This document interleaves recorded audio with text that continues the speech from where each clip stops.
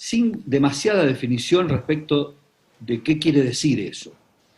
Pero se repetía sistemáticamente. Cuando haya conciencia, cuando la sociedad tome conciencia, los problemas van a disminuir. Y la verdad es que si algo ha habido a lo largo de estas últimas 3 décadas es conciencia, tanto por el trabajo de las ONGs, por muchas luchas populares que tuvieron a lo ambiental como eje, en la Argentina por caso Gualeguaychú, entre muchísimas otras, pero también institucionalmente, porque ha habido creación de ministerios, de organismos que antes no existían, de convenciones que se firmaron y previamente obviamente no existían, y así sucesivamente. Entonces, la gran paradoja es que 30 años después nos encontramos con una dotación de conciencia en forma institucional y política y social, pero todos los indicadores aparecen empeorados.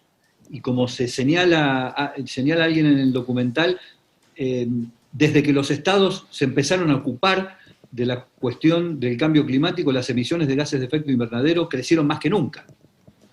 Quiere decir que el diagnóstico no era el correcto y que la herramienta utilizada probablemente tampoco haya sido la correcta.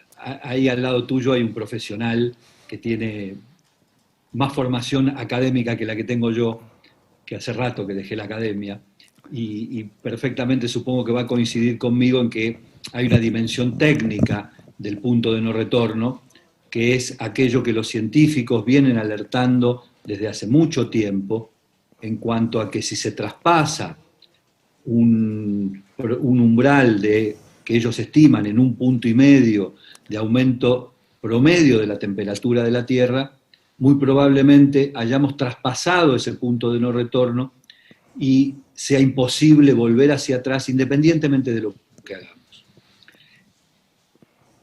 Y al mismo tiempo se abrirá una incertidumbre respecto de cuál va a ser el nuevo equilibrio que va a encontrar el clima, sabiendo que el clima tiende a la búsqueda de un equilibrio. Pero ese equilibrio o esa búsqueda de ese equilibrio indudablemente va a acarrear extremos muy, muy violentos, calamidades muy potentes. Los científicos también señalan que traspasado ese punto de no retorno lo que se espera es la agudización de los extremos, sequías más profundas, inundaciones más brutales, incendios forestales más continuos, etcétera, etcétera. Yo uso además la figura del punto de no retorno en el documental para señalar que el punto de no retorno no es el fin del mundo. Porque si fuese el fin del mundo y presentáramos una posición completamente apocalíptica, casi diríamos que hasta podría llegar a ser un alivio, porque bueno, viene el fin del mundo, por lo tanto podemos hacer lo que querramos. Claro. Total, viene el fin del mundo. Pero el problema, por suerte, es que el punto de no retorno no es el fin del mundo, sino que es el fin del mundo tal como lo conocemos. ¿Y cuál es el mundo que se abre hacia adelante? ¿Y cómo podemos retrasar la llegada del punto de no retorno? ¿Cómo podemos, si es que se pudiera, cosa que los científicos dudan, impedir la llegada de ese punto de no retorno? Y allí está el desafío, y creo que es un desafío por sobre todas las cosas para los estados, principalmente. Coincidiendo con lo que recién estaba planteando Sergio, el desafío me parece principal cuando nosotros pensamos en los efectos o digamos, en la problemática del cambio climático en particular, pero las problemáticas ambientales en general, es en general pensar en esa desconexión que existe entre las diferentes escalas a las que se producen tanto las causas como los efectos de estos problemas ambientales. Como bien mencionaba Sergio, digamos, en estos últimos 30 años ha habido enormes esfuerzos y enormes avances en términos de concientización y en términos de desarrollo de estructuras y de planificación vinculada a los problemas ambientales en general. Estoy hablando de cambio climático, pero puedo hablar también de desertificación, de biodiversidad, que en realidad no son ajenos, sino que son interconectados. Y después en la práctica, a la hora de medir indicadores, digamos, los problemas se agudizan, ¿no? Entonces aquí nosotros empezamos a jugar como en un campo de 2 escalas o de 2 ámbitos, ¿no? Por un lado, un ámbito de toma de decisiones políticas, podríamos decir, a nivel global, donde aparentemente hay un convencimiento hacia lo que tenemos que hacer, y por otro lado una dificultad muy fuerte de activar herramientas concretas que vayan en esa línea, ¿no? Y entonces cuando bajamos a una escala local, fundamentalmente, y vos me preguntás, che, ¿qué está pasando a escala local con el cambio climático? Es como una ida y vuelta, es decir, que nosotros a escala local, por un lado, tenemos que, de alguna manera, se habla de adaptación de los sistemas productivos, se habla de adaptación de los sistemas socioeconómicos, fundamentalmente a las consecuencias que este cambio, hablamos de punto de no equilibrio, digamos, como un cambio irreversible que nos va a llevar a una nueva situación.